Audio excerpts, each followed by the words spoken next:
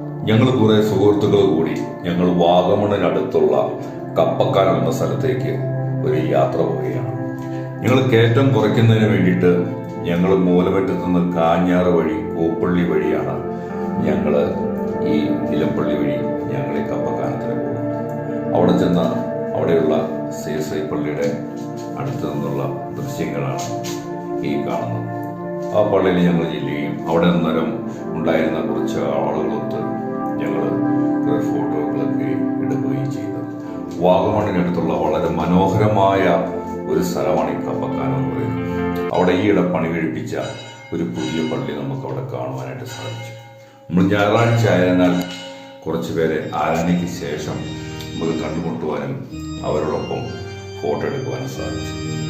അങ്ങോട്ടുള്ള റോഡിൽ കൂടിയുള്ള യാത്ര, ആ പ്രദേശങ്ങൾ എല്ലാം വളരെ മനോഹരമായിരുന്നു.